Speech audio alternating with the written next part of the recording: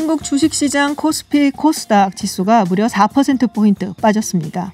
코로나19의 전 세계적 확산, 무려 10%포인트 이상 떨어진 유가 하락이 주요 원인으로 꼽히고 있습니다.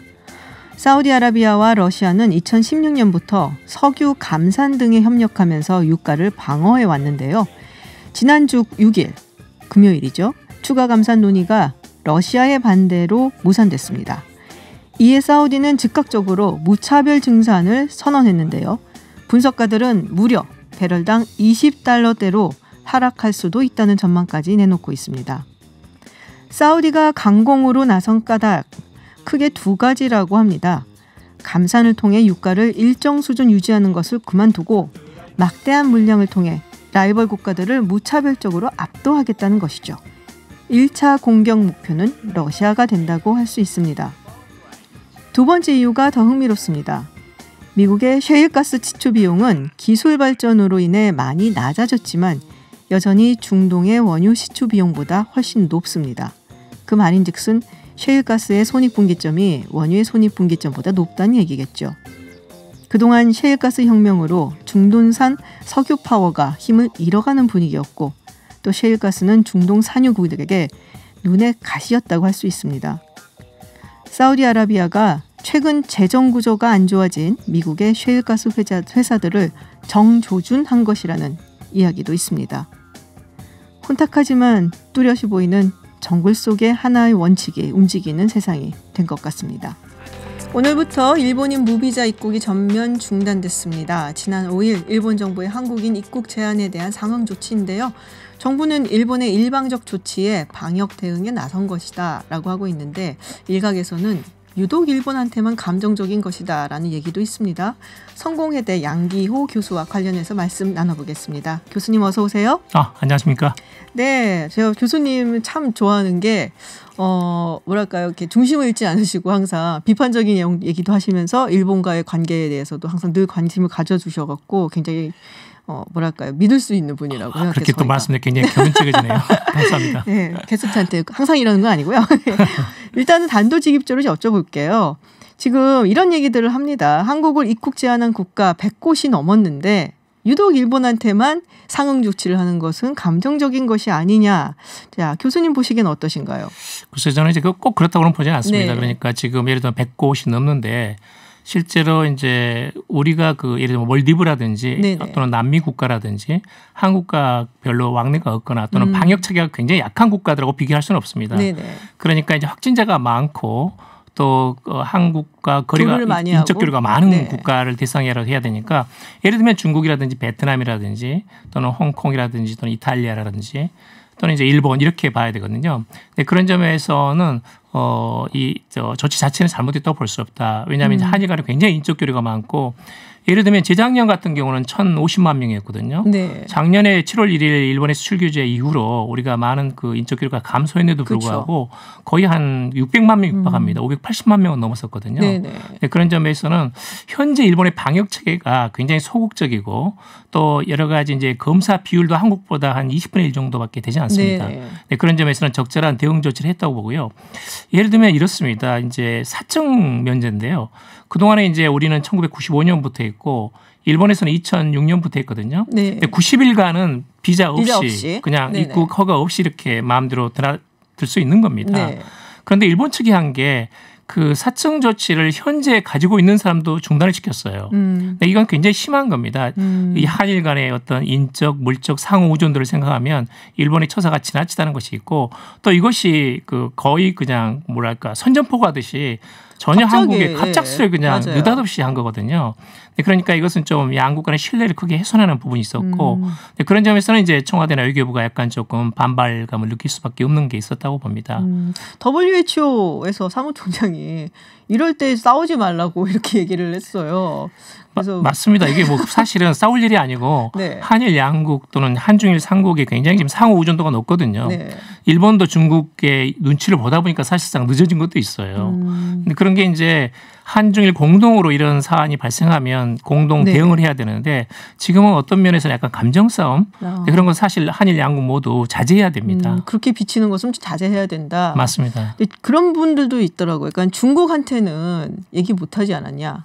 근데 일본한테는 이렇게 즉각적으로 하니까 너무 정치적으로 보이는 게 아니냐. 근데 아베 총리는 또 자기가 인정했더라고요. 정치적으로 결정했다고. 맞습니다. 이제 아베 총리는 그 가장 중요한 건 도쿄 올림픽이고 그렇죠. 지금 12년 만에 시진핑 주석이 이제 4월 달에 방일할 예정이었거든요. 네네. 12년 만입니다. 그러니까 이제 올해 외교적인 성과로서는 그 두 개가 가장 큰 지적이었는데. 그렇게 오랫동안 안 갔었군요. 네. 그러니까 국빈 방문입니다. 그러니까 작년 같은 경우는 이제 오사카 G20가 갔는데 네. 스테이트 비지트 국빈 방문으로 가는 12년 만입니다. 그러니까 이제 그런 점에서는 중일 화해라는 점에서 외교적인 성과이기도 하고 또 그걸 바탕으로 해가지고 도쿄올림픽이 중국에서 한국에서 많은 손님이 오게 되면 그 이벤트가 만들어지는 거거든요. 흥행이 되는 겁니다.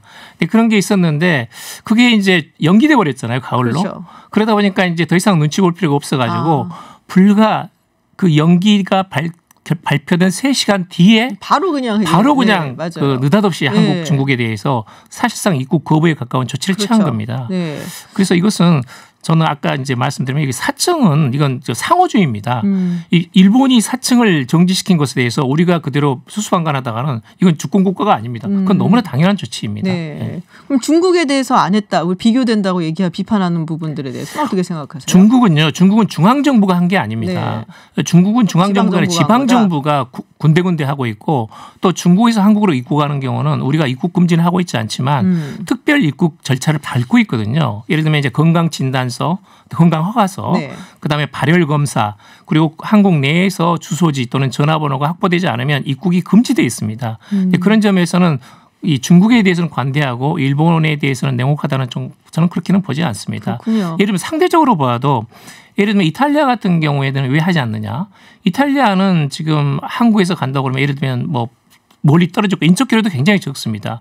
그런가요? 맞습니다. 예를 들면 싱가포르 같은 경우에도 이탈리아 같은 경우 이탈리아 가면 24만 명 정도입니다. 한국에서 이탈리아 입국자가. 네. 예를 들면 베트남 같은 경우에도요. 한국과 일본은 90일간 마음대로 사적 면제가 되는데 베트남은 불과 14일간입니다. 그렇기 때문에 일본에서 90일간 한일 인적 물적 교류가 왕성했었는데 그것을 충분한 협의, 논의, 사전 양해 없이 일방적으로 중단한 것에 대해서는 일본이 좀 지나친 게 아니냐.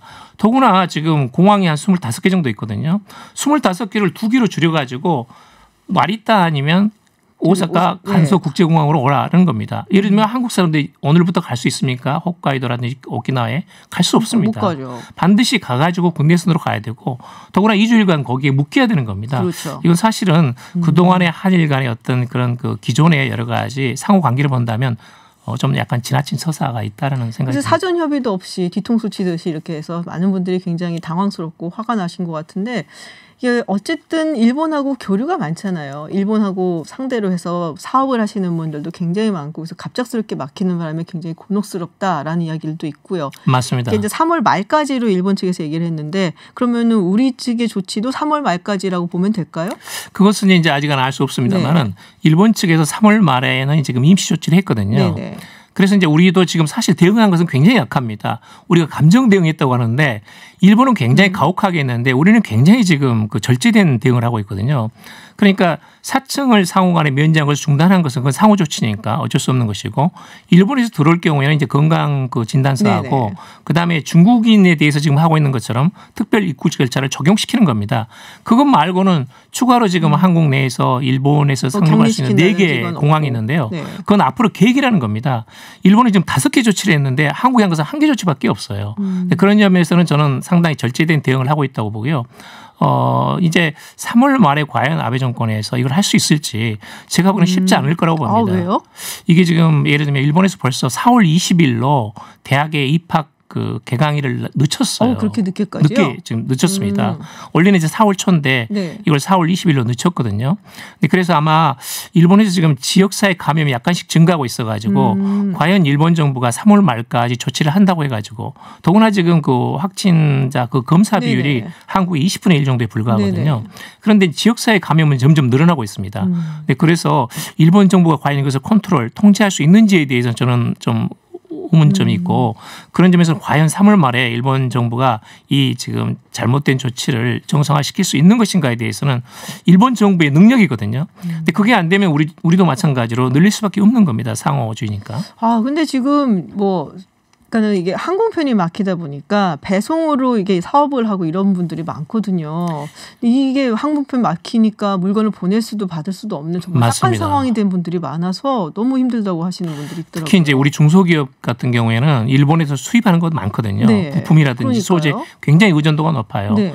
그리고 지금 한국의 이제 저가항공 주로 이제 대부분의 저가항공은 거의 절반 이상이 일본입니다. 일본 시장이 없으면 작년에도 사실 힘들었고 저가항공은 맞습니다. 지금 이것 때문에 거의 지금 너무나 정말 힘든 상태예요. 근데 일본도 마찬가지더라고요. 보니까 일본에서도 지금 관광업이라든지 그다음에 이제 특히 예를 들면 북해도 같은 경우에는 한국, 중국에서 오는 관광객들 상대로 주로 이제 비즈니스가 많이 있고 거기에 이제 의존하는 그 경제거든요. 어떤 면에서는. 네네. 그런데 이야기를 들었더니 그 버스 회사에서 기사를 27명으로 고용하고 있는데 회사 사장이 25명을 해고해버린 거예요. 2명 남기고? 2명 남기고. 그러니까 한국, 중국에서는 관광객이 제로가 됐잖아요. 그렇죠. 그러니까 이것은 이제 더 이상 일본 국내에서도 지금 오지 않습니다. 왜냐하면 북해도가 지금 지역사회 감염이 제일 높거든요. 맞아요. 그러다 보니까 일본 국내에서도 관광객이 별로 없습니다. 그런 점에서 아주 좀 극단적인 조치를 하고 있어가지고 하루빨리 이게 지금 한국이나 일본이나 이 방역이 좀 성과가 나면서 그다음에 이제 윈윈할 수 있는 그런 그 어떤 환경을 만들어 가야 됩니다. 그렇군요. 아베 총리 인기 좀 많이 떨어진다 그러고 뉴욕타임즈에서는 뭐 사임 가능성까지 조심스럽게 얘기가 나왔습니다. 교수님 보시기엔 어떠세요? 지금 제가 보기로는 이제 한 7년 정도 이렇게 장기 집권하다 보니까 올해는 2012년부터 약간 권력의 누수 현상이 분명히 있어요. 그러니까 예전 같으면 일본의 그 관료라는 것은 굉장히 그 능력이 뛰어난 사람들이 있거든요. 그렇죠. 그리고 이제 각 성청에서 이렇게 조정을 해가지고 수상 관저하고 또는 이제 여론하고 이렇게 면밀하게 검토를 해나가면서 정책을 결정하는데 지금 아베 수상이 정책 결단해가지고 단독으로 결정하는 경우가 많아요. 그 얘기가 되게 많더라고요. 네. 총리 관저에서 모든 게 나온다. 맞습니다. 이제 7년 하다 보니까 관료들이 눈치를 보게 되고 주변 측근들도 올바른 소리를 못합니다. 입바른 소리를 못하고 그러다 보니까 아베 수상 단독으로 끌고 가는 경우가 많고 그래서 2월 27일 날에 이제 그 휴교령을 초중고등학생한테 내렸거든요. 단독으로 한 거죠. 이게 문부과학생이라든지 또는 이제 이게 후성 노동생이라든지 왜냐하면 아이들이 학교를 가지 않게 되면 집에서 부모가 돌봐야 되지 않습니까? 그렇죠. 그런 건 이제 노동성이라든지 전부 다 이게 상의를 해서 돼야 되는데 갑작스레 나온 겁니다. 그러면서 이제 굉장히 반발이 있고 그리고 또 이제 이번에 마찬가지로 자신의 정책인 판단으로 후생 노동성이 굉장히 반대를 했음에도 불구하고 했거든요. 그 결국 타격은 일본인들이 있는 겁니다. 그렇죠. 수출 규제도 마찬가지거든요. 아베 수상이 직접 밀어붙인 겁니다. 근데 그러다 보니까 사실은 일본 국내 대기업이나 중소기업이나 관광업자들, 호텔업자들 엄청나게 많은 손해를 입고 있거든요. 근데 그런 것은 저는 보면 약간 권력의 이게 누수 현상이고 권력 말기 아닌가. 저는 그런 점에서는 아마도 금년에 이제 최악의 경우에는 이제 도쿄올림픽이 연기되거나 취소되는 건데 취소될 경우에는 아버지 정권이 물러날 가능성도 있어요. 물론 이제 그 변수는 있습니다. 왜냐하면 내년 9월 말까지 임기가 보장돼 있기 때문에 지지율이 극단적으로 한 20% 이하로 떨어지거나 아니면 본인이 상황상 사퇴하겠다라는 그 두 가지 변수가 없지 않는 한은 본인이 밀고 갈 수는 있습니다. 그렇지만 지금 정황상 사퇴할 가능성이 점차 높아지고 있고 아까 말씀대로 뉴욕타임즈에서도 사퇴할 가능성이 있다라는 것이 나오고 있거든요. 일본 국내에서 나온 지는 좀 꽤 됐습니다. 아, 그렇군요. 네. 자, 이제 올림픽이 아마도 이제 분수령처럼 뭐 굉장히 중요한 기폭제가 될 것 같은데 사실 올림픽이라는 게 이게 도시에서 하는 건데 유독 일본의 도쿄올림픽만큼은 수상이 나서서 시장이 아니라 수상이 나서서 이게 뭐냐 뭐 이런 얘기를 많이 했었어요. 지난번에 마지막에 그 리우올림픽이었나요? 거기서 마지막에 마리오 분장하고 나왔을 때도 왜 맞습니다. 수상이 나서는 거야? 뭐 이런 얘기가 있었는데 자, 일본 이야기 좀 짚어봤습니다. 네, 교수님 오늘 말씀 고맙습니다. 네, 감사합니다. 네, 지금까지 성공회대 양기호 교수였습니다. 중동의 이란에서도 코로나19의 확산세가 무섭습니다. 어제 하루 동안 49명의 확진자가 목숨을 잃으면서 일일 사망자 수로는 최대치를 기록하기도 했는데요. 이런 가운데 우리 정부가 빠르면 이번 주 내로 전세기를 이용해 이란에 있는 교민과 주재원들의 철수를 추진 중이라는 보도가 나왔습니다. 과연 이란 한인 분위기는 어떤지 송은희 한인 회장 연결해서 짚어보겠습니다. 안녕하세요, 회장님. 예, 안녕하십니까. 송은희입니다. 네, 그동안 어떻게 지내셨어요? 저희들도 집에서 다들 이제 한국을 갈 준비를 하고 있느라고 비행기를 타게 되면 열 체크도 해야 되고 하다 보니까 지금 자가 격리 아닌 격리를 하고 있습니다. 아, 열 체크를 하고 그 다음에 비행기에 탑승을 할 수가 있는 거군요. 들리는 소문으로는 그렇습니다. 아, 그렇군요. 뭐 그와 관련해서 또 따로 정보 받으신 게 있나요? 예, 저희 지난 금요일 전화로 우선 대사관에서 수요 조사를 했습니다. 그리고 이번 주 금요일 출발하기로 했고, 대사관 측에서는 굉장히 급박하게 이게 논의가 일주일 안에 이루어지고 있어서 아직 안인들이나 가겠다고 정보를 연락을 주신 분들에게 따로 어떠한 아직 연락을 주고 있지 못하고 있는 상황입니다만, 지금 금요일 날 출발하는 것으로 얘기가 나오고 있는 걸로 알고 있고요. 오늘이나 내일 중으로 모이는 장소와 시간은 공지가 될 듯합니다. 아, 그렇군요. 지난주 금요일에 연락을 받으셨고 빠르면 이번 주 금요일에 아마도 전세기가 뜰 것 같고, 정확한 내용, 그럼 어디에 모일 것이고 뭐 이런 부분에 대해서는 이제 조만간 뜰 것이다라고 말씀하셨는데요. 많이들 신청하고 계신가요, 지금?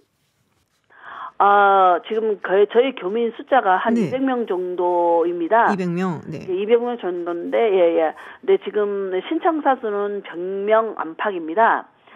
워낙 우리 교민 숫자가 적다 보니 뭐 전세기를 이용하지 못하시는 분은 안 계실 것 같기는 한데, 여기에 아무래도 생활 태전을 잡고 계신 분들이 계십니다. 그런 분들은 갑작스럽게 모든 걸 정리해서 준비가 된 상태에서 나갈 수 있는 상황이 아니기 때문에 어떤 그런 분들은 아직 신청을 못하고 있는 걸로 알고 있습니다. 생활 터전을 너무 딱 잡고 계신 분들은 지금 급하게 나가기가 굉장히 좀 힘든, 그래서 아직 결정을 못하신 상황이다. 한 100여 명 정도? 100여 명 정도 안팎으로 지금 신청을 하셨단 말씀이신데요. 지금 220명이라고 하셨죠? 220명 정도, 200여 명 정도 한국 교민이 계시다. 근데 교민 외에 이제 또 이란 국적을 가지고 있는 가족이라든지 뭐 이중국적자 뭐 이런 분들도 함께 오실 수 있다면서요. 예, 지금 그 문제를 오늘 아마 논의하기로 한다라고 저희도 들었고, 아직 논의가 끝났는지 안 끝났는지는 오늘 얘기가 된다 그래서 그건 어떻게 정확하게 됐는지는 모르겠지만, 현재로서는 모든 사람들이 간다고 신청하시는 모든 사람들의 정보를 취합하고 있고, 저희들도 다들 갈 수 있을 것이라는 희망을 갖고 준비는 하고 있습니다. 네, 지금도 접수 받고 계신다고 알고 있는데요. 마지막 연락을 못 받으신 분이 오늘 갑자기 연락이 오셔서 이 인터뷰 바로 직전에 이분 일을 처리하니라고 제가 전화를 좀 늦게 받았습니다. 그러시군요. 지금 근데 이란이 미국 제재를 지금 받고 있거든요. 그러니까 우리 뭐 대한항공 국적기라든지 이런 전세기들이 곧바로 테헤란이나 이쪽으로 가긴 좀 어려울 것으로 보이는데요. 예, 아무래도 이란이 제재 국가다 보니까 대사관에서도 이 문제가 굉장히 힘들었었던 부분인 것 같습니다. 다른 나라 같으면 뭐 이란과 한국 이렇게 문제를 풀면 되는데, 저희 이란 같은 경우는 제재 때문에 한국 국적기가 이란을 못 들어오니 이제 드바이도 끼어 있고요. 그래서 이란은 두바이까지 가서 이란 여행기를 이용해서 두바이로 나가서 두바이에서 아시아나나 대한항공을 타서 한국으로 입국하는 걸로 그렇게 알고 있습니다. 그러니까 경유를 해서, 그러니까 이란에서 뭐 두바이 쪽으로 가는 거는 이란 비행기를 타고, 그리고 두바이에서 이제 한국 국적기를 타고 오시는 것으로. 좀 힘드시겠네요. 굉장히 좀 뭐랄까, 이렇게 경유하고 하면 사실상이 많이 힘드시고 피곤하실 텐데요. 네. 그래도 저희는 여기서 굉장히 불안한 사회에서 우선 나간다는 데 대한 희망을 갖고 있는데, 저희들이 사실 많지 않은 교민들이 오랫동안 같이 살다 보니 여기 살고 있는 교민들은 서로 다 안면이 있습니다. 다 같이 떠나지 못하는 데 대해서 굉장히 그게 안타깝고 좀 섭섭하고, 남아있는 사람들하고 어떤 그런 감정 교류가 아직도 되고 있는 상황, 안타까운 부분 같습니다. 그렇군요. 많이들 불안해 하시나요? 좀 어떤가요, 분위기가? 예, 지금 이란 상황이, 특히나 이란이 지금 굉장히 열악한 상황이지 않습니까? 특히 유효시설이라든가 제재가 너무 오랫동안 되어 있던 나라이기 때문에 아무도 이란이 지금 이 상황을 컨트롤할 수 있을 거라고 생각하지 않습니다. 특히 한국 교민들은. 그러다 보니까 더 많이 불안해하고 계시고요. 그러다 보니까 저희들도 가는 사람도 남는 사람도 굉장히 안타까운 거예요. 그렇군요. 의료 시스템이 얼마나 안 좋길래 그런가요?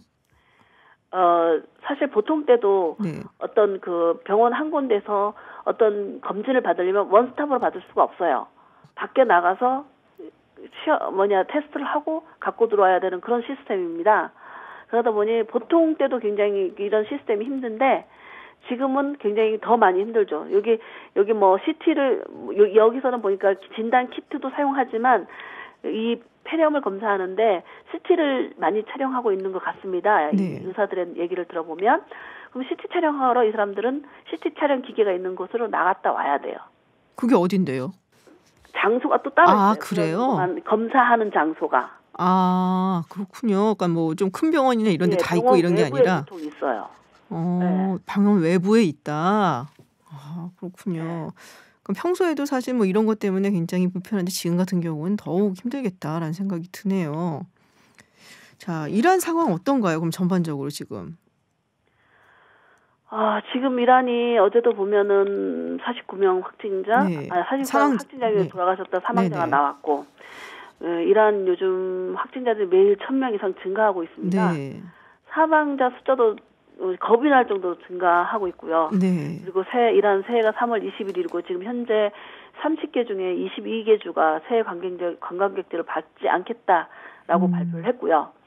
카스피해 주변 주민들은요, 자기들 마을에 들어오는 관광객들을 지금부터 마을 입구에서 막고 있는 혼동이 일어나고 있습니다. 그런데 그 혼동을 빚고 있는데, 이 테헤란에서는 정부 쪽에서는 처음에는 길을 막는다라고 발표를 해놓고, 이제는 길을 막으면 사람들이 다 길에 남아있을 것이다, 터라. 그리고 카스피해 주변 사람들은 자기들 집에 마을에 들어오는 관광객들을 자기 스스로가 마을 입구에서 막고 있는 상황이고요. 그래서 이 사람들이 더 많이 모이고 있어요. 그리고 학교는 2월 20일경부터 휴교를 하고 있고 새해 연휴가 끝나는 4월 4일까지 계속될 것 같습니다. 이라는 대혼동인 것 같습니다. 그렇군요. 정말 뭐 카오스 얘기가 떠올리는데 지금 뭐 일하는 계신 한인분들 중에는 뭐 확진 판정을 받은 분은 없으신 거죠? 이란 안에 있는 한인분들은 확진 받은 분은 안 계십니다. 아직은. 다행입니다. 앞으로도 없을 겁니다. 네, 다행입니다. 자, 회장님도 전세기 신청하시고 타고 오시는 거죠? 예, 저는 전세기를 신청했습니다. 네, 오시면은 어떻게 그 다음 프로세스는 어떻다고 뭐 들으신 건 있으신지 뭐. 제가 듣기로는 이제 저희들은 하루 정도 코이카 그 건물에서 이제 검사를 받고 모두가 음성 판정이 나면 그 다음 날로 이제 격리 해제되는 걸로 알고 있고요. 그 중에 한 명이라도 양성 판정을 받으면 2주간 격리되는 걸로 알고 있습니다만, 저희 집 같은 경우 제주도입니다. 사실 저희 동생들도 사실 제가 오는 걸 불안해해요. 그리고는 저희들 같은 경우 차라리 2주를 격리를 해주시고. 그렇게 이제 격리 해제를 해주는 게 오히려 더 마음 편한 거 아닌가라는 생각도 사실 듭니다. 사실 여기서 자리를 기반을 잡고 이제 한국으로 들어가시는 분들 중에는 거기에 집이 없는 분도 계시고 꼭 뭐 어쩔 수 없이 친정으로 들어가야 되는 경우가 있는데 저희가 들어감으로써 우리 어머님, 아버님, 형제 자매에게 누가 되는 일이 생길 수도 있어서 사실 살짝 불안하기도 합니다. 예전에 우한 교민분들 같은 경우에는 이제 무조건적으로 거의 2주 자가격리에 들어갔었거든, 시설로. 오히려 그렇게 해줬으면 좋겠다라는 말씀이시군요. 저 개인적인 의견은 그렇습니다. 다른 한인분들은 어떠신가요? 물론 이제 여기 출장을 나왔거나 이제 한국에 기반이 있으신 분들은 바로 돌아가고 싶으시기도 하실 거라고 생각이 되지만 아직 한국에 기반이 없고 여기 완전히 기반을 잡으신 분들은 저 같은 의견이라고 생각합니다. 저희들 같은 경우에 서울이나 그 공항 근처 아니면 뭐 코이카 그 시설 근처에 호스텔을 잡더라도 그 영업집에 어쩌면 민폐가 될 수 있는 상황이 있기 때문에 대부분 여기에 거주를 하고 계신 분들은 그런 생각을 조금씩은 갖고 있는 것 같습니다. 네, 검사 결과가 음성이 나오더라도 혹시 모르니까 한 2주 정도는 격리를 해주는, 그러니까 시설에 아예 그런 식으로 해주는 것이 혹시 더 마음이 편하다. 어차피 제주도에 계시다니까 가시더라도 마음이 불편하신 거 아니겠어요? 지금 혹시라도 나 때문에 이런 생각이 자꾸 드니까. 그렇죠? 예, 그렇습니다. 저 같은 경우 이제 택시를 이용하는 것도 불편하고 비행기를 이용하는 것도 사실 불편하고 모든 공공시설을 이용하는 게 마음이 썩 편하지는 않습니다. 네, 알겠습니다. 회장님 마음 잘 알겠고요. 한국에 무사히 도착하시길 바라겠고요. 도착하시면 그때 한번 저희가 또 전화 연결 부탁드리면은 소식도 전해주시면 감사하겠습니다. 오늘 말씀 고맙습니다. 네, 알겠습니다. 감사합니다. 네, 지금까지 송은희 이란 한인 회장과 이야기 나눠봤습니다. 확진자 46명이 속출했고 신천지 교인들이 대거 거주하는 것으로 알려진 대구의 한마음 아파트가 뉴스의 중심으로 떠오르고 있습니다. 현지 분위기 어떤지 TBS 김종민 기자 연결해서 잠시 살펴보겠습니다. 김종민 기자. 네, 제가 지금 나와 있는 곳이 무더기로 확진자가 발생한 대구 한마음 아파트 앞입니다. 네. 이곳은 현재 시설 전체를 격리하는 코호트 격리가 이루어지고 있는 곳인데요. 여성 근로자 임대 아파트인 한마음 아파트에선 46명의 확진자가 나왔는데 이들이 모두 신천지 신도입니다. 네. 입주자 140여 명 가운데 70% 육박하는 94명이 신천지 신도인 것으로 확인됐습니다. 보건당국은 신도들이 특별한 목적을 가지고 집단 거주를 했다기보다는 아르마리 소개로 자연스럽게 모여 살게 된 것으로 보고 있습니다. 신도들이 많이 살다 보니까 소모임 등이 활발하게 이뤄지면서 집단 감염으로 이어진 게 아닌가 추정됩니다. 일각에서는 확진 환자가 격리 수치를 어겼다는 등의 이유를 들어 초기 격리가 부실했다는 지적이 나오고 있는데요. 대구시는 일단 방역과 치료에 집중하자며 말을 아끼고 있습니다. 하지만 한마음 아파트 이야기가 전해지면서 신천지 집단시설로 의심되는 곳에 대한 제보가 잇따르고 있다고 합니다. 특히 대구 지역의 또 다른 연립주택에서도 8명이나 확진자가 나와 방역당국이 긴장하고 있습니다. 추가 취재가 되면 전해드리도록 하겠습니다. 네, 전반적으로 이 대구 지역의 코로나19 상황은 어떤지 좀 궁금한데 전해주시죠. 네, 대구에는 지금 비가 내리고 있는데요. 대구 지역 추가 확진자 수는 뚜렷한 감소세를 보이고 있습니다. 그러니까 지난달 29일 741명을 기록하면서 정점을 찍은 이후에 추가 확진자 숫자가 계속 줄어서 어제 200명대를 기록한 데 이어서 오늘은 100명대로 떨어졌는데요. 대구시는 오늘 0시 기준으로 대구 지역 확진자가 어제보다 190명 늘어서 5,571명을 기록했다고 밝혔습니다. 이런 추세는 신천지 교인들에 대한 검사가 마무리 단계에 접어들었기 때문으로 풀이됩니다. 하지만 대구 시내 분위기는 여전히 가라앉아 있습니다. 제가 오늘 신천지 대구교회와 최근 잇따라 확진자가 발생한 한마음 아파트, 민성병원 등을 돌아봤는데요. 이동하는 동안 거리에서 시민들을 거의 볼 수 없었고 음식점 상당수는 문을 열지 않았습니다. 모텔이나 호텔 등 숙박시설도 사실상 운영을 포기한 곳이 많다고 하는데요. 제가 묵고 있는 숙소도 대시이나 숙박은 거의 이뤄지지 않고 있습니다. 시민들의 표정도 무거웠는데요. 신천지 교인들에 대한 반감도 느낄 수 있었습니다. 신천지 대구교회 앞에서 만난 한 어르신은 당장 폐쇄해야 한다고 목소리를 높이기도 했습니다. 지금까지 대구에서 전해드렸습니다. 네, 지금까지 TBS 김종민 기자였습니다. 해외 핫한 뉴스 알아보는 서울타임즈 시간입니다. 전지현 캐스터와 함께합니다. 어서 오세요. 네, 안녕하세요. 네, 이탈리아가 지금 굉장히 난리가 난 것 같아요. 지금 네. 코로나19 확진자 숫자도 늘었고 사망자 숫자가 너무 크더라고요. 그렇습니다. 네. 현재 시각으로 8일 오후 6시 기준 수치인데요. 확진자가 7,375명입니다. 전날 대비 1,492명이 많아졌어요. 사망자도 366명으로 늘어났는데 전날보다 네. 133명이 많아졌습니다. 지난달 21일에 이제 롬바르디아주에서 처음으로 확진자가 발생한 이래 가장 많은 확진자, 사망자가 발생한 하루가 됐습니다. 특히 파리나 이탈리아 육군 참모총장도 양성 판정을 받았어요. 그래서 지금 자가격리 도중에 검사에서 양성 반응이 나왔고요. 그 전날에는 연립정부의 한 축인 중도좌파 성향 민주당의 징가레티 대표도 유럽의 주요국 정치 지도자 중에 처음으로 감염이 확진이 됐습니다.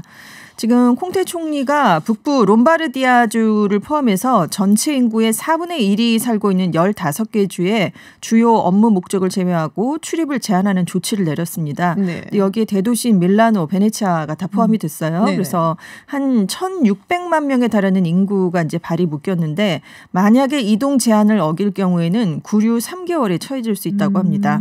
그리고 이탈리아 전역의 극장, 헬스클럽이 폐쇄 명령을 받았고요. 전국의 학교, 나이트클럽, 카지노도 다 문을 닫았습니다. 이게 봉쇄한다 그러니까는 엑소더스처럼 네. 탈출하는 일행들이 막 나왔다. 그렇습니다. 그래서 막 기사화가 되더라고요. 네네. 그러면서 정부 측에서 네. 이건 이제 한 번에 이게 딱 해야 되잖아요. 그렇죠. 봉쇄를 한다면. 네, 근데 이게 얘기가 먼저 새 나가는 바람에 이렇게 됐다는데 아니 저는 어이가 없는 게 여기 멀리 떨어져 있는 한국에 있는 저도 네. 목요일인가 금요일인가 그 소식을 들었거든요. 네네. 그랬는데. 그러니까 근데 이태리에 있는 분들이 왜 모르겠어요, 이거를. 그렇습니다. 그래서 네. 지금 아무튼 여러 가지 이제 일파만파 문제가 발생하고 있습니다. 바티칸도 지금 네, 첫 번째 확진자가 나와서 거기도 비상이 걸렸고요. 그래서 주일 3종 기도를 베드로 광장에서 항상 그 교황이 진행을 해왔는데 그것도 이번 주에는 영상으로 대체를 했습니다.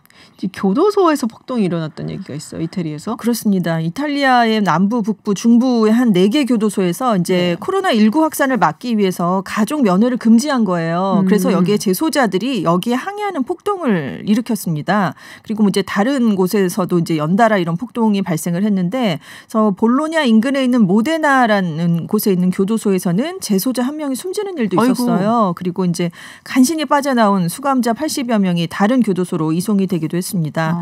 남아있는 재소자들이 바리케이트를 설치하기도 하고도 있고 불법 무기를 소지했을 가능성도 지금 제기가 돼 있는데요. 네. 교도관들을 인질로 붙잡아 놓고 열쇠를 훔쳐서 동료들을 풀어줬다. 그리고 교도관과 재소자 사이에 물리적 충돌이 있었다. 이런 얘기도 지금 현지 언론의 보도들도 잇따르고 있습니다. 자, 지금 뭐 중국에서 주말에 이거는 너무 충격적이었어요. 네. 저도 그 장면을 사진으로 봤는데 여기가 원래 코로나19 격리시설로 쓰였던 호텔이죠. 그렇습니다. 이게 붕괴가 됐어요. 한순간에 그냥 무너졌잖아요. 거죠? 그러니까요. 지금 1층에서 건물 개조 공사를 하고 있었던 것으로 알려졌어요. 그래서 아무래도 그 공사가 좀 이번 사고의 원인이 되지 않겠느냐라는 얘기가 일단은 나오고 있습니다. 그래서 푸젠성 취안저우시에 있는 호텔 건물이 7일 오후에 붕괴됐는데 빠져나오지 못한 사람이 71명이 있었는데 현재 까지 49명을 구조했는데 그중에 안타깝게 10명이 숨졌어요. 그리고 아직도 22명이 잔해 속에 갇혀있기 때문에 사상자는 더 늘어날 것으로 전망되고 있습니다. 그런데 추가 붕괴 우려가 있으니까 구조하는 작업도 지금 굉장히 어려운 그런 상황이에요.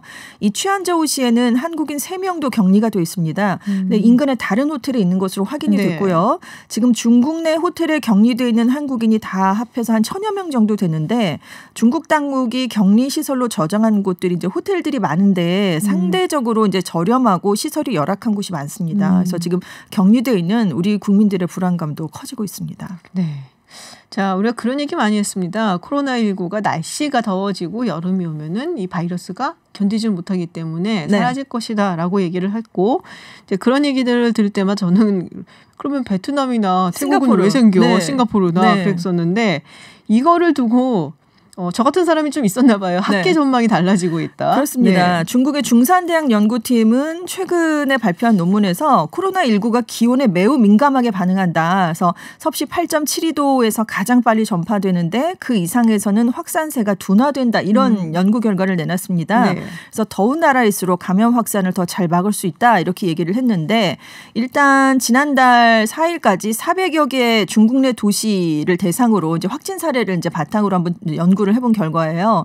그리고 레바논의 보건 전문가인 하산 자라케트도 기온이 올라가면 바이러스의 안정성도 낮아진다. 그리고 미국 질병통제예방센터를 비롯한 많은 나라의 보건당국 또 전문가들은 계절성 독감처럼 코로나19도 날씨가 따뜻해지면 전파력이 약해질 수 있다. 이렇게 기대를 하고 있습니다. 하지만 이제 이 감염 전문가인 위안거융 홍콩대 교수는 올해 안에는 종식이 안 될 거다. 이렇게 지금 전망을 내놨는데요. 네, 그렇습니다. 왜냐하면 중국 본토랑 홍콩은 더워지면 여름이 되면 좋아질 수는 있다. 근데 이제 남반구가 겨울로 접어들잖아요. 호주나 뉴질랜드. 그렇습니다. 그래서 해외에서 코로나19가 역수입되는 사례가 또 많아질 수 있기 때문에 이게 또 완전히 없어질 수 있다. 이렇게 기대하는 건 좀 금물이다. 이렇게 얘기를 하는 거죠. 결국 이 위안 교수는 백신이 개발되거나 아니면 인구 대부분이 다 감염이 돼서 자연적으로 면역력이 생기기 전까지는 끝나지 않을 수 있다. 너무 끔찍한데요. 네, 이런 어두운 전망까지 얘기를 내놨습니다. 그래서 아무튼 일단 이 위안 교수가 이끄는 연구팀이 백신 개발을 하고 있는데요. 쥐를 대상으로 실험을 했는데 아무런 부작용 없이 항체를 생산해낸 것으로 지금 알려졌어요. 근데 이제 임상시험에 시간이 걸리니까 1년이나 1년 반 정도의 시간이 걸릴 것이다. 이렇게 예상치를 내놨습니다. 이게 뭐 한 번만 하는 게 아니고 뭐 한 3번 정도씩 하니까 그렇습니다. 이게 시간이 아무래도 걸리고 그러고 난 다음에 또 상용화되고 이런데도 시간이 좀 걸리기는 하죠. 결론은 안 난 거네요. 그러니까는. 결론은 안 난 건데요. 근데 대부분 보면 좀 잦아들긴 하겠으나 이제 겨울로 접어드는 지역에서의 이동을 또 어떻게 막을 것이냐 이게 문제니까요. 네, 그걸 좀 조심해야 될 것 같습니다. 야, 근데 중국 얘기를 한번 해보죠. 버스 안에서 난방장치를 가동한 버스 안에서 상당히 거리가 떨어져 있었는데 코로나19 확진자하고 한 5m 가까이 4.5m 정확히는. 그런데 그게 떨어져 있던 승객이 코로나에 걸렸다. 그렇습니다. 이건 에어로졸 얘기인가요? 그러면? 네. 후난성 질병예방통제센터 연구진이 대중교통 내에 에어로졸에 의한 코로나19 집단 감염 역학조사를 발표했는데요. 후난성에 있는 환자 A씨가 1월 22일에 발병을 하고 일주일 뒤에 확진 판정을 받았습니다. 근데 1월 22일 정오쯤에 마스크를 착용하지 않은 상태에서 한 2시간 버스를 탔던 거예요. 그래서 버스에 탑승했던 49명 중에 무증상 감염 1명을 포함한 8명이 감염된 것으로 나타났습니다. 감염된 사람 중에 가장 가깝게 앉았던 사람은 0.5m가 안 되는 거리였고 가장 먼 좌석이 4.5m 거리였대요. 근데 이 확진자는 이 A씨랑 가까이서 접촉한 적이 없었고 그 탑승객 대부분은 마스크를 쓰지 않은 상태였다고 합니다. 그러니까 이제 퍼트린 사람이나 이제 그 감염된 사람이나 다 마스크를 쓰지 않았던 그런 경우였고요. 연구팀이 버스 내 공기 흐름이 난방 장치에서 나온 공기에 영향을 받았고 따뜻한 공기 상승 때문에 바이러스가 포함된 비말 입자가 일반적으로 알려진 전파거리 1m보다 더 멀리 갔을 가능성이 있다 이런 얘기를 했습니다. 그래서 밀폐된 공간 내에서 에어로졸에 의해서 전파될 가능성이 있다. 이런 얘기를 했습니다. 근데 이제 A씨가 하차를 했어요. 그래서 이 버스가 30분 동안 정차했다가 다른 승객을 태우고 또 이제 운행을 시작했거든요. 근데 A씨가 앉았던 좌석하고 가까운 곳에 앉은 승객 1명도 또 감염이 된 것으로 조사가 됐습니다. 그래서 연구팀이 바이러스가 버스 안에서 최소 30분간 생존할 수가 있다. 그래서 그 양이 전염이 가능한 수준일 수 있으니까 주의를 해야 한다. 이렇게 당부했습니다. 아, 그렇군요. 사실 요새 이제 마스크를 이제 웬만하면은 있으면은 좀 덜 사고 또 필요하신 분들 먼저 갈 수 있도록 자제를 하자는 운동도 있는데 대중교통 이용하시는 분들은 좀 사용을 하시는 게 좋지 않을까라는 그런 얘기를 들어요. 전문가들이 많이 하시더라고요. 전문가들도 굉장히 말씀 많이 하시고 이게 불특정 다수랑 많이 만나게 되는 거니까 지하철이든 버스든 간에 그렇습니다. 그런 경우는 조금 착용을 하시는 게 좋지 않겠다. 이 얘기를 들으니까 그런 생각이 좀 드네요.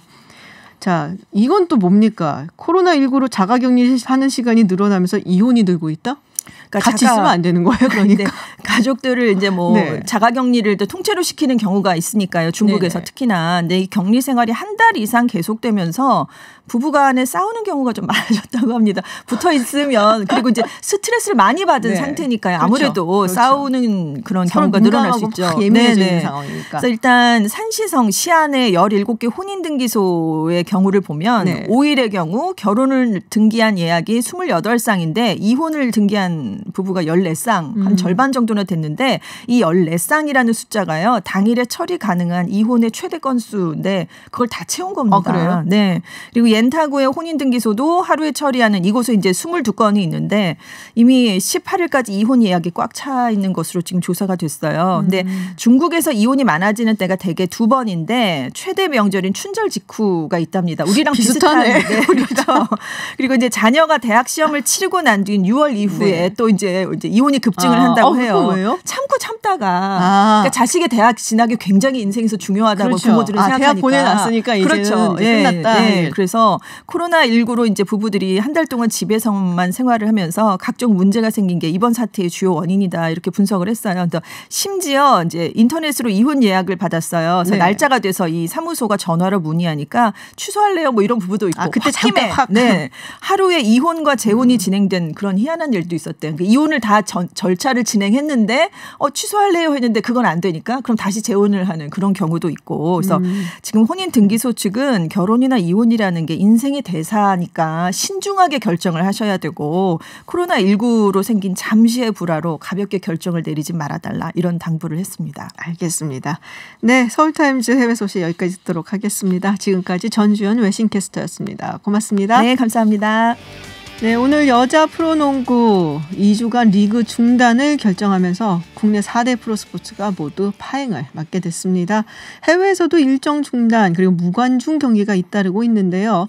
자, 이성무 이데일리 스포츠 기자와 함께 관련해서 이야기 해보겠습니다. 어서 오세요. 네, 안녕하세요. 네, 굉장히 오랜만에 뵙네요. 네, 오랜만입니다. 네, 요새 어떻게 일이 많아지신 건가요? 없어지신 건가요? 할 일이? 네, 뭐 일정이 취소되다 보니까 자연스럽게 좀 굉장히 일정이 한가해지고요. 네, 뭐 나름 뭐 강제 휴식을 살짝 하고 있습니다. 네. 지금 이 소식이 들어와 있어요. 해외에서 전지훈련을 하고 있었던 프로야구팀들이 속속 귀국하고 있다. 이게 일본 오키나와에서 훈련하고 있던 LG 선수들 그리고 삼성 선수들이 귀국한다는 얘기죠? 그렇습니다. 뭐 미국에서 훈련하는 팀들도 대부분 돌아왔고요. 미국에서 훈련하는 팀도 돌아왔고. 기아와 호주만 조금 일정을 연기해서 15일과 16일 돌아오고 기아는 그리고 이제 롯데는 18일 날 돌아오는데 원래는 LG와 삼성도 일본에서 좀 일정을 늘릴 예정이었어요. 근데 일본하고 지금 이렇게 되는 바람에 그렇습니다. 그런데 일본 정부가 이제 한국인 입국 제한 강화 방침을 발표하면서 항공편이 싹 없어진 겁니다.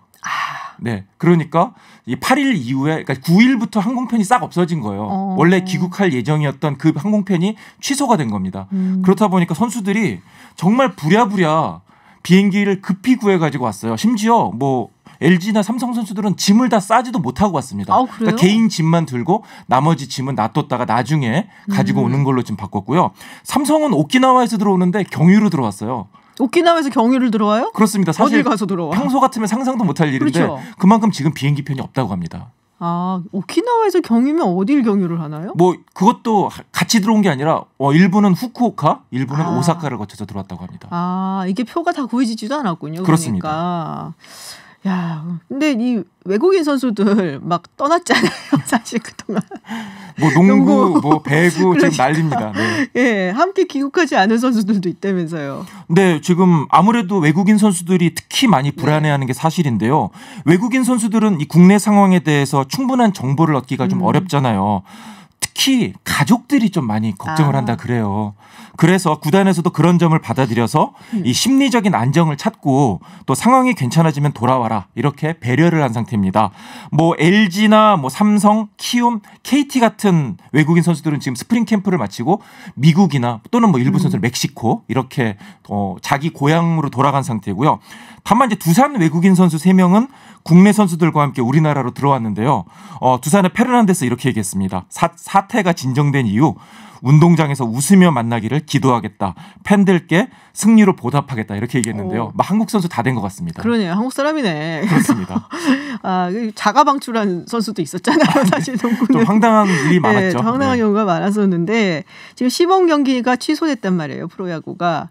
이게 사실 시범 경기라서 뭐 큰 관중이 있거나 이렇지는 않지만 선수들한테 굉장히 중요하잖아요. 그렇습니다. 경기 감각을 끌어오는데 아주 중요하고 사실 팬들 입장에서도 겨울 동안에 야구 갈증을 풀기 아주 중요한 경기인데 이게 지금 취소가 되면서 야구 팬들이 상당히 아쉬워하죠. 어떻게 해야 되나요? 그럼 훈련을 뭐 못하게 되는 건가요? 국내에서? 일단 국내에서 훈련을 해야 되는데 각 구단이 지금 고민이 굉장히 많습니다.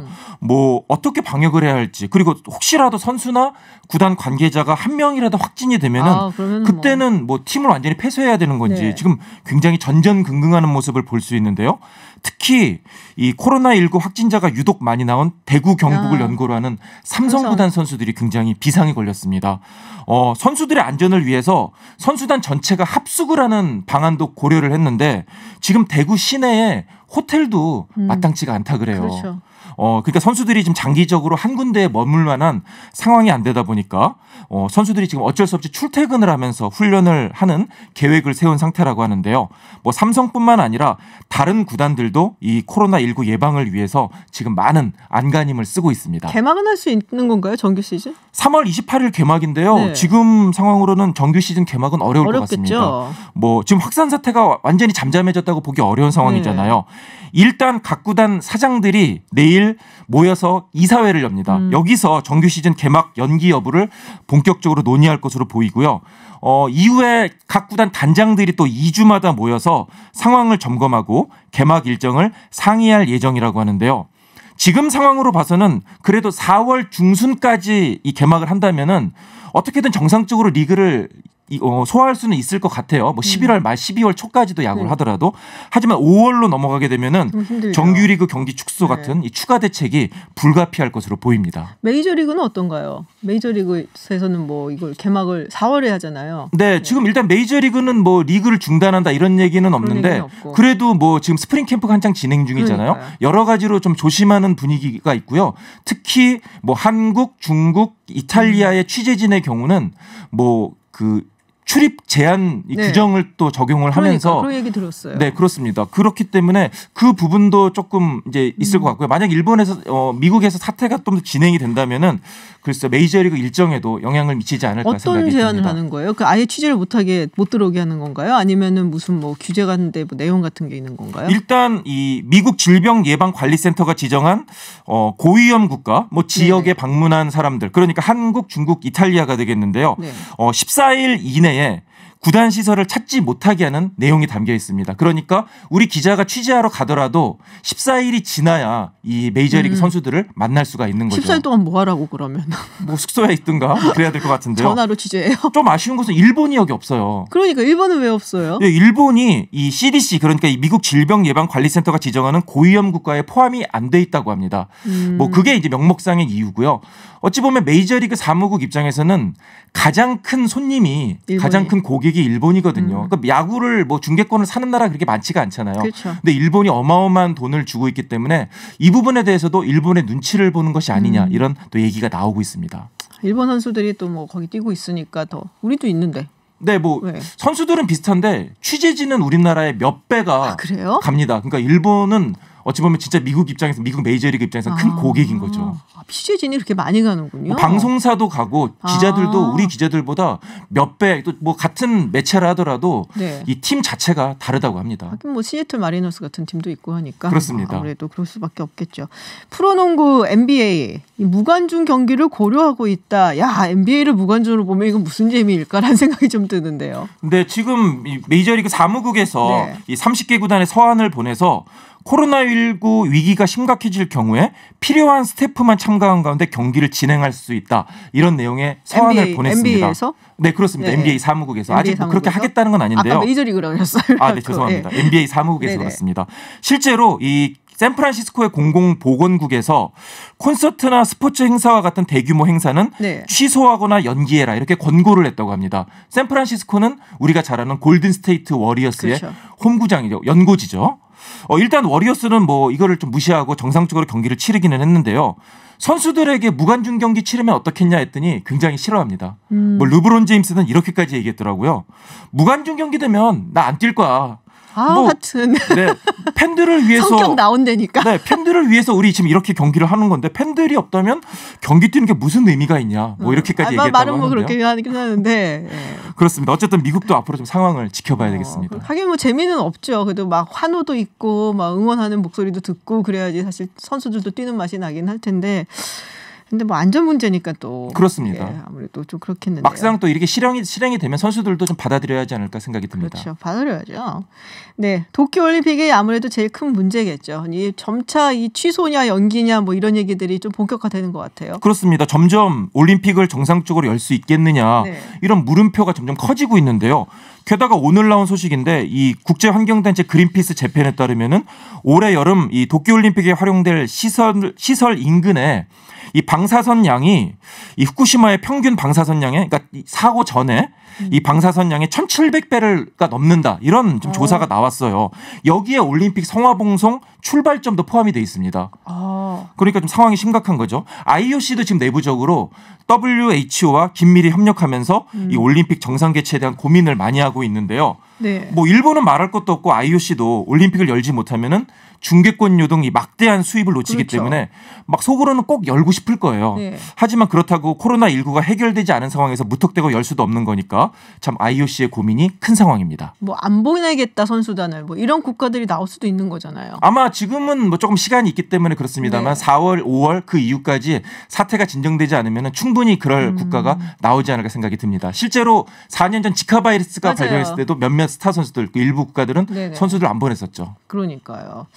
자, 좀 좋은 얘기 해보죠. 우리 유현진 선수 얘기, 김광현 선수 얘기. 시범 경기에 선발 투수로 나선다라는 소식이 있는데요. 네, 내일 새벽에 두 선수 모두 공교롭게도 선발 투수로 나섭니다. 유현진 선수는 오전 2시 7분, 또 김광현 선수는 2분 앞서서 오전 2시 5분 경기에 나서는데요. 모두 플로리다주의 경기에 나오고요. 유현진 선수는 템파베이와 경기를 치르는데 템파베이는 또 최지만 선수가 있는 팀이잖아요. 뭐 최지만 선수와의 투타 맞대결이 또 기대가 되고 있고요.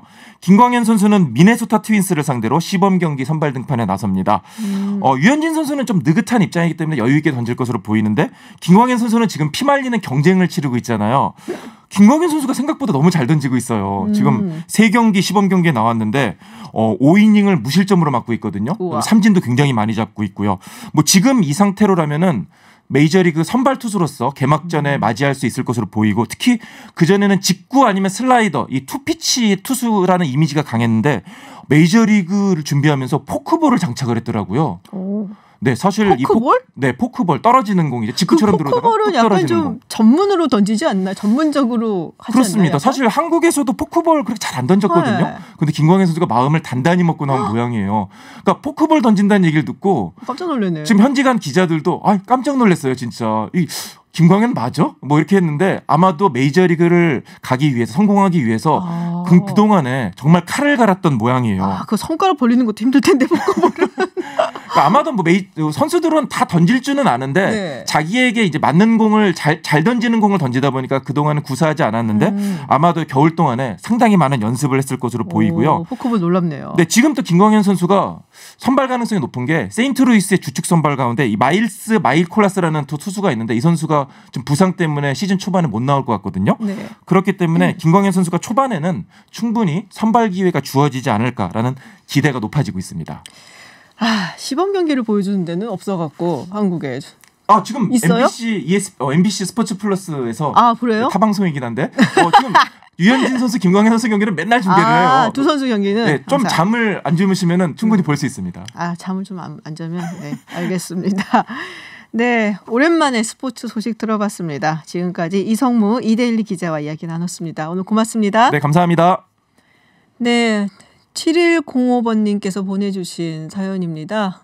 방송 들으시면서 좀 답답하셨나 봐요. 이란 한인 회장님 인터뷰 방송을 들으셨는데 매우 안타깝다라는 말씀하시네요. 본의 아니게 고국에 돌아오는데도 가족들 만나는 것을 걱정하는 그 심정이 어떨까라는 이야기를 하셨습니다. 지금 대구 쪽으로 가시는데 비가 살짝 오고 있다고 말씀하셨는데 그렇죠. 내가 민폐가 되면 어쩌나라는 고민 때문에 집에 오면서도 차라리 격리가 됐으면 좋겠다라는 이야기를 하셨습니다. 네, 오늘도 코로나19 중심으로 이야기 전해드렸는데요. 하루빨리 진정세가 잡혀서 마음 아픈 소식들은 좀 덜 전해드린 날이 왔으면 좋겠다 생각이 듭니다. 김지윤의 이브닝쇼 여기서 마치겠습니다. 저는 내일 6시에 다시 돌아오겠습니다. 지금까지 김지윤이었습니다.